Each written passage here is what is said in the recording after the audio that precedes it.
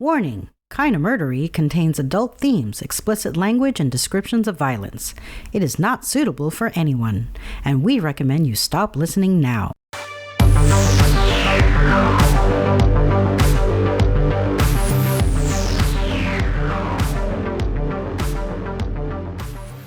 Hello everyone, and welcome to Kinda Murdery, a true crime podcast that's mostly about murder, and always about the strange and compelling stories that arise when the path less traveled twists to darkness, and those who walk its shadows surrender to violence and moral corruption.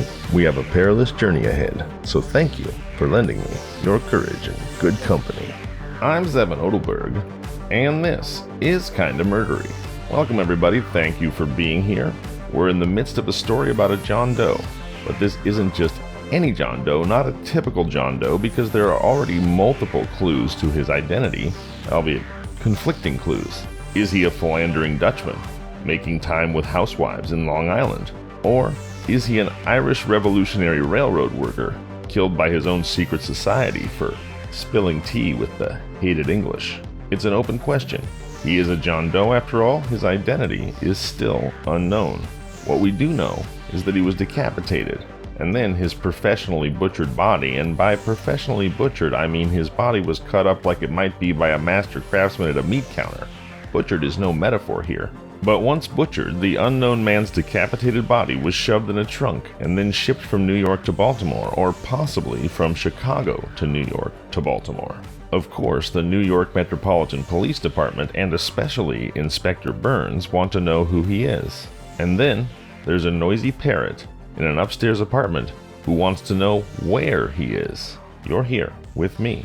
This is Kinda Murdery, and you've found your way to Part 2 of The Parrot Wants to Know What Happened to Gus. That's right, I said Part 2, so if you haven't heard Part 1 yet, go back and listen to it, then rejoin us. We'll save you a seat. Alright, let's get to it. I'm going to rewind the story just a bit to allow you to settle into the narrative. So if you're ready, please join me as we uncover what truths we can and solve what mysteries we may. Kinda Murderies. The Parrot Wants to Know What Happened to Gus. Part 2 starts now.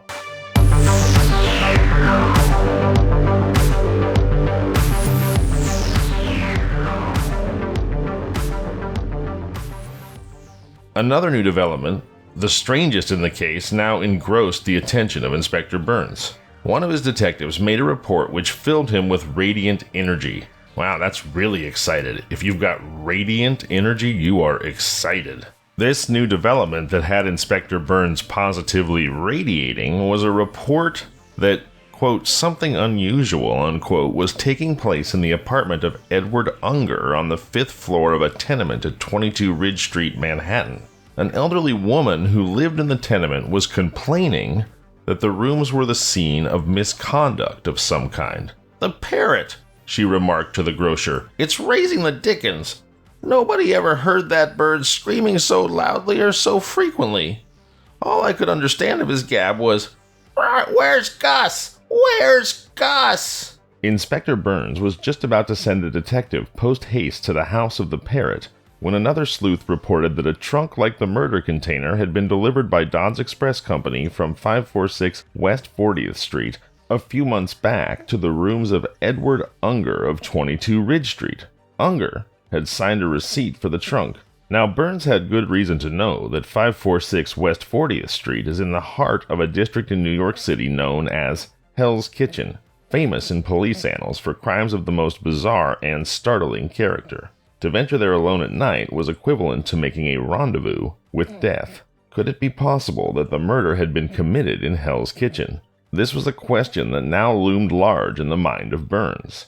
The character of the district made the conclusion extremely plausible, but there were other possibilities that might dim the new hypothesis. Ridge Street was seldom on its good behavior. It was the heart of New York's ghetto, a district full of puddles and mud holes and obstructed with all kinds of peddlers' pushcarts and every conceivable kind of rubbish. After nightfall, its narrow, gloomy streets became the haunt of a flock of dangerous malefactors, panhandlers, and tramps who hid in the doorways of deserted houses and varied the monotony by robbing passerbys and throwing bricks at policemen. Nevertheless, and notwithstanding, respectable people lived on Ridge Street and resented any slurs cast upon it. When a detective called at the Unger apartment, he found the door locked. Climbing up by the fire escape to the windows, he peered through. At sight of him, the parrot began vociferating loudly, screaming at the top of his voice. "Where's Gus? Gus Bowles! Where's Gus?" The tenement was inhabited by about 50 people. All of those at home were questioned by the authorities and asked if they knew anybody who answered to the name of Gus or Gus Bowles. A shrug of the shoulders accompanied by, "No speak English," was the stereotypical reply. The grocer next door, however, was more communicative. He told the detectives something that fired their imagination and filled them with renewed hope of solving the mystery. A close watch was kept on the house by detectives until Unger's son, a weak-minded boy of 17 years, came home in the evening. He had scarcely shut the door behind him when the two detectives rushed into the apartment. The rooms presented such a spectacle that the men remained for a moment rooted in their places with unspeakable horror. Everything about the three squalid little rooms denoted that they had been the scene of a terrible crime not many days back. The front room and the sofa upon which somebody had been sleeping were splashed with blood. There was blood in the sink in the kitchen. There was blood on a big carving knife, on a saw, on a sledgehammer, on almost everything. The walls in the sitting room were covered with pictures, photographs, lithographs, and reproductions of engravings. Nearly all of them were of women clad only in their loveliness, which I believe is a polite way of saying nearly all of them were of naked women. Several books were scattered about. Among these were a paper-covered copy of Émile Gaboreau's Monsieur Lecoq, with the book opened at the description of the murder with which the story begins. Attempts had been made to wash the bloodstains from the floor, but the results were fruitless. Young Unger was surly and uncommunicative. Threatened with arrest and jail if he did not answer questions, the boy finally stated that he was employed in a printing office in Cedar Street. He had not seen his father for several days, he said, and gave evasive answers to all questions relative to the bloodstains. "Where's Gus? Where is Gus?" screamed the parrot suddenly. "Well, that bird must love Gus," remarked the detective. "Gus used to bring things it liked to eat," answered the boy. The detectives glanced at each other swiftly. To their questions concerning Gus's identity and present whereabouts, young Unger replied gruffly, "Gus was my father's partner in a saloon around the corner.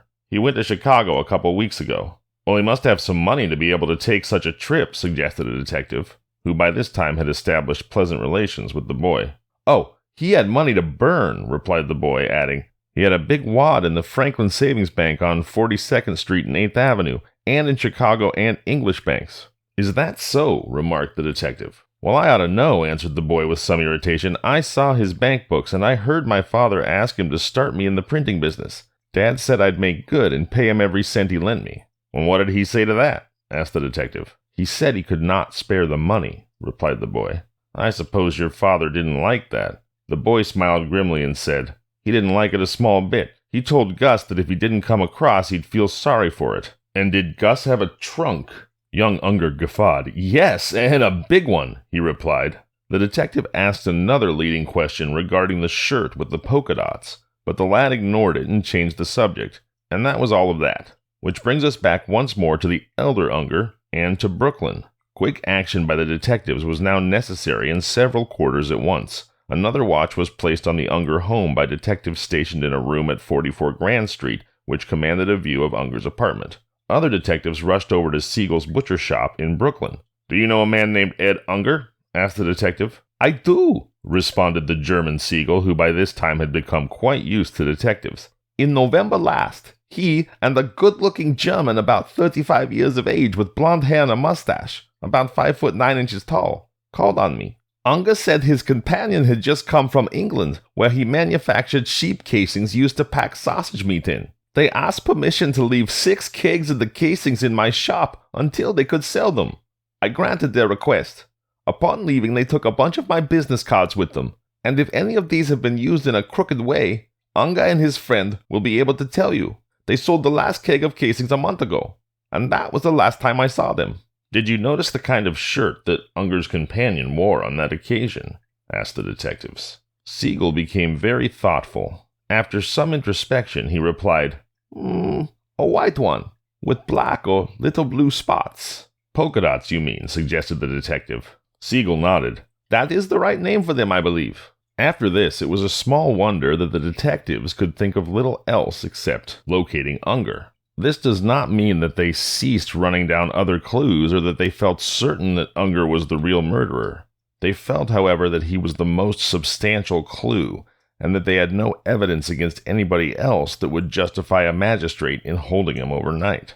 But talking about Unger and catching him were two different things, as far apart from each other as the North and South Poles. Nobody in the house could throw any light upon his whereabouts. The janitor recalled that Unger and a handsome young German had quarreled one night, and that the German was seen no more. The grocer from whom they purchased provisions said that Unger and the German lodger Gus always left the key of their rooms in his store until they or young Unger, the son that had been interviewed earlier by the detectives, returned from work in the evening. The lodger's first name, he said, was August. The neighbors called Unger Captain because he had served in the Navy.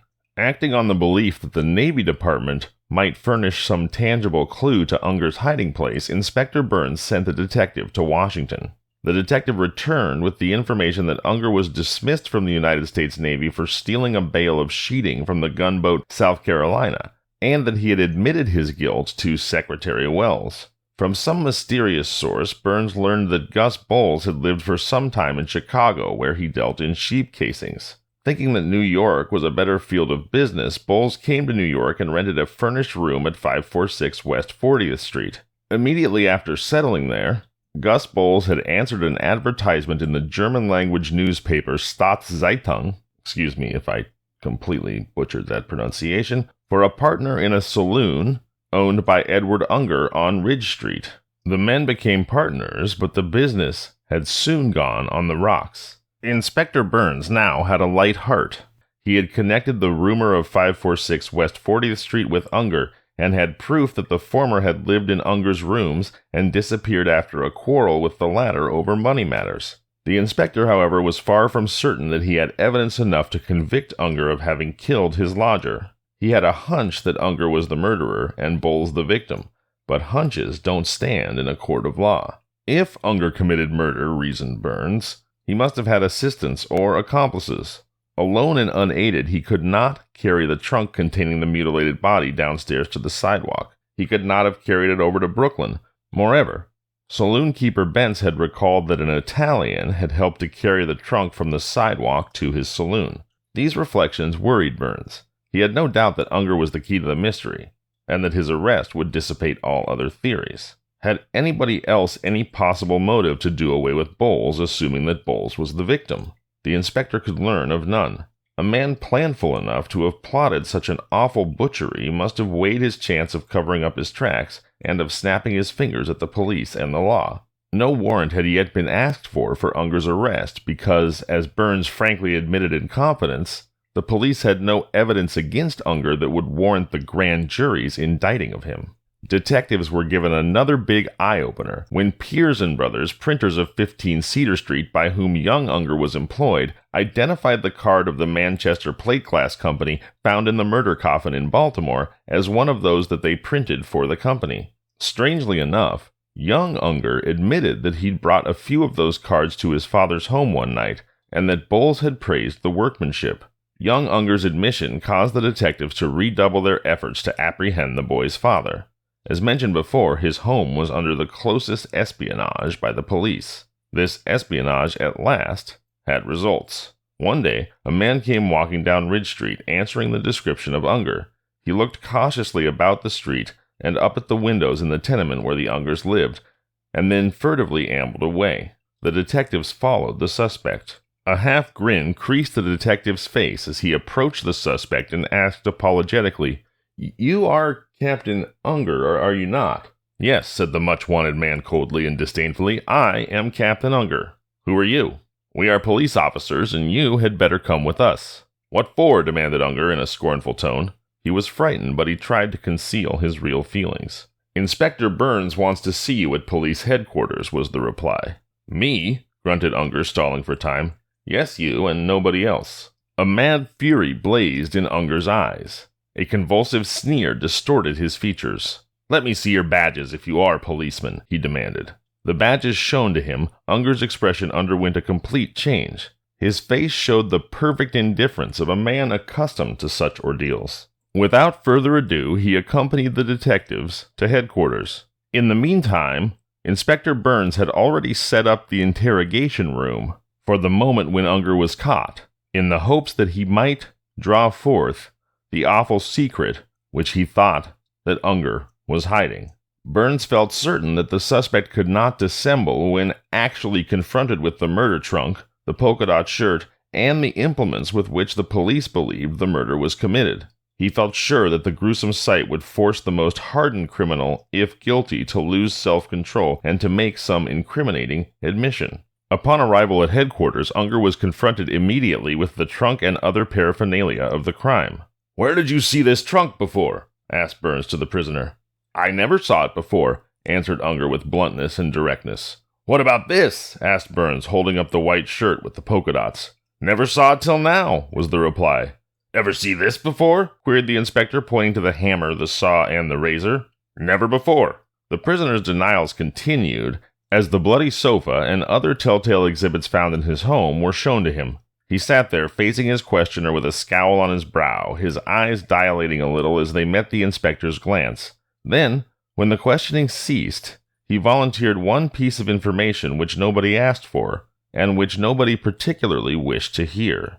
"If I'd done anything wrong, you've got to prove it," he growled.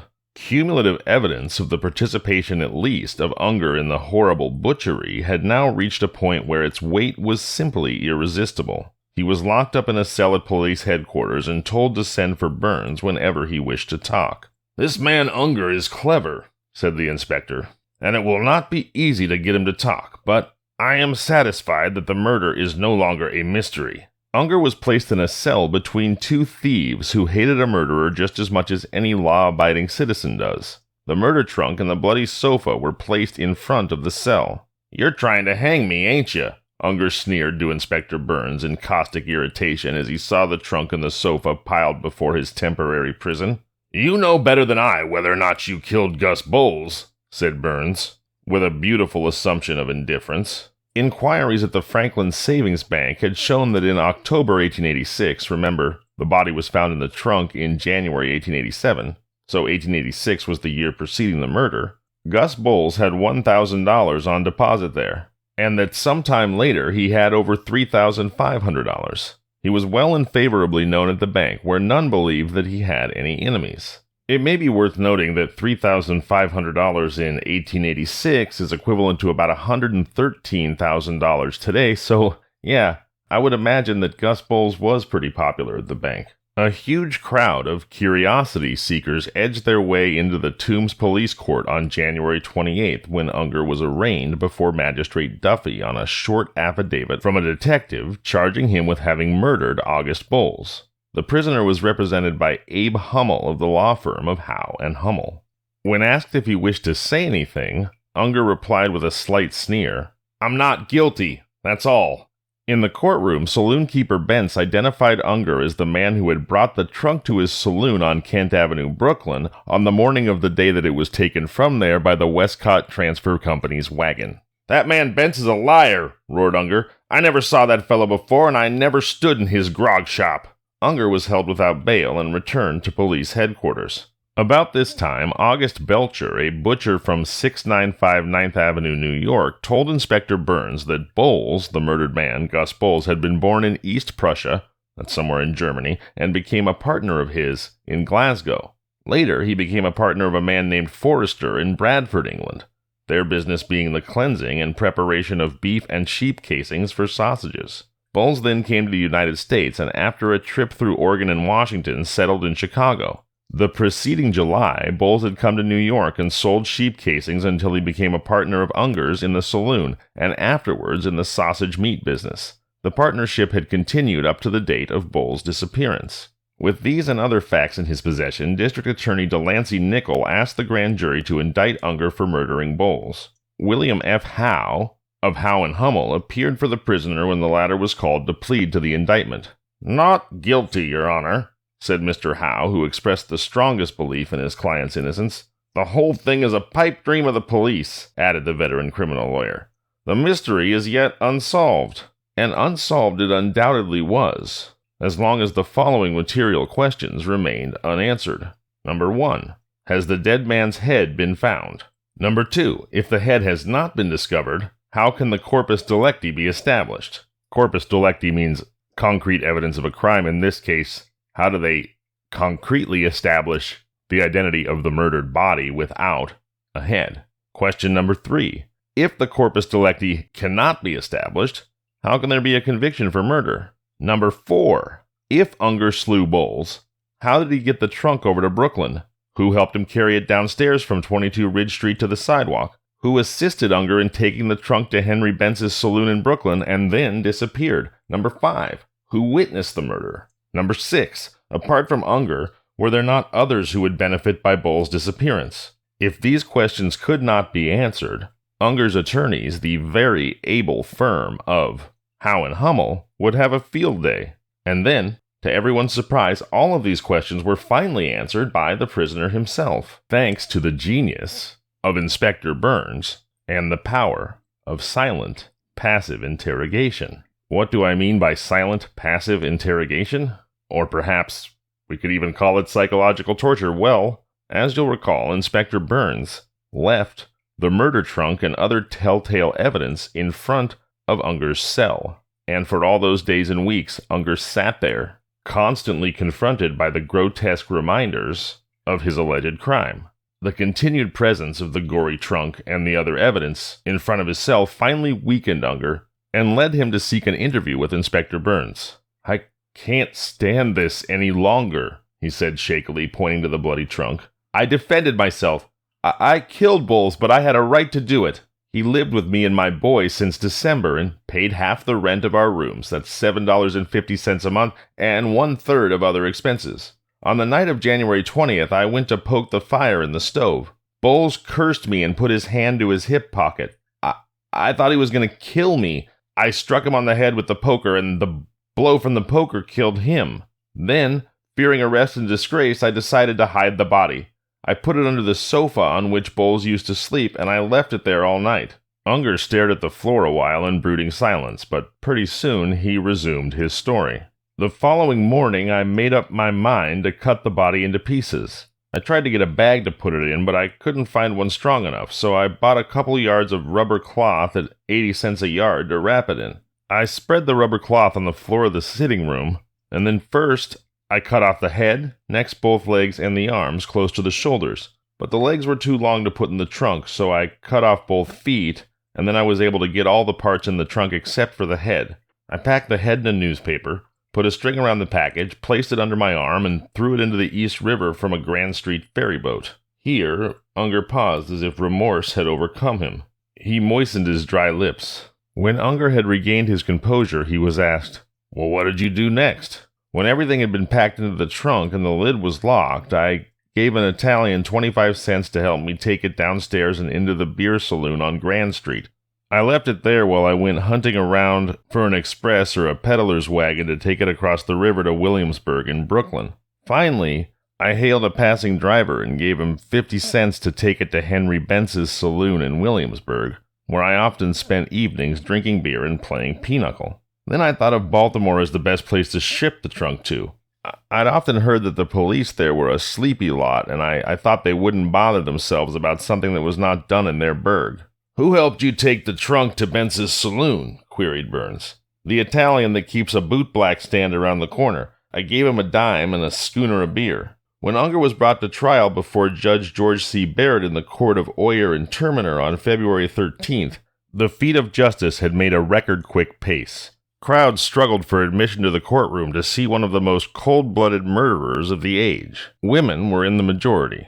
For 5 days, the prisoner listened to the evidence showing that he had cut up Bowles as a butcher would a calf. The defendant was silent as the grave. He seemed to take little or no interest in the stories told by the witnesses for the prosecution. His lawyer, Howe, subjected the witnesses to a grueling cross-examination, but could not shake their stories in any way. There was a great stir in the courtroom on February 17th when Mr. Howe said, "Captain Unger, please take the stand." Then, calmly, as if he were discussing the weather, Unger told a thrilling story, the story of a horrible battle of the tenements. Stated briefly, Unger's testimony was to the effect that he never intended to murder Bowles, but struck him with the poker in self-defense. When he saw that the blow had caused the death of his partner and lodger, he dismembered the body and disposed of it in the way indicated. "Did you take any money from the man's pockets before cutting up the body?" asked the district attorney. "Yes, all he had, and that was only $5, replied the witness in a hoarse, discordant voice. "And what did you do with the money?" "I bought whiskey and beer with it and paid the Italians and others who helped me move the trunk." On February 17th, the case was given to the jury who, after a few minutes' deliberation, found the prisoner guilty of manslaughter in the first degree. Judge Barrett was very much dissatisfied with the verdict and told the jury that the evidence justified a verdict of murder in the first degree. The defendant's deliberate attempt to conceal the crime, the ruthless and awful manner in which he disposed of the body, and the carefully prepared story he told on the witness stand point to the consciousness of his guilt, and that guilt involves willful and premeditated murder, said the judge. He imposed the maximum sentence upon the convicted slayer, 20 years with hard labor in the state prison at Sing Sing. There are those who may think that the speedy solution of this mystery was an accident, but Joseph Gavin, the New York Times reporter who covered this case, has a very different opinion. Says Gavin, "There has never been a more successful manhunt, which was more the direct result of real detective instinct, power of penetration, imperturbable coolness, shrewdness, and hard work on the part of the police, than were demonstrated in the case of Unger and Bowles. For these faculties are as rare as they are remarkable." Detective William W. McLaughlin, who had charge of the case under Chief Burns, was highly commended for his handling of it. His two assistants were Titus and Mike Crowley, and McLaughlin himself later became Chief of Detectives. And that was the story of the parrot who wanted to know what happened to Gus. Everybody, please do think of a kind of murdery story from your own life. Doesn't have to have anything to do with murder. Just something bizarre, frightening, entertaining, funny, something that happened to you. Call 888-MURDERY. That's 888-687-3379. Tell me the story and you could inspire an episode of the show. Also please, come on back this Sunday. Anson Maddox returns, and we'll be telling the story of a wild murder from 1992 that I'm calling A Buck Horny by Any Other Name, the Menage a Trois murder of Deborah Spicer. That's this Sunday with Anson Maddox. I hope you enjoyed today's show. I'm Zevin Odelberg, and this has been Kinda Murdery.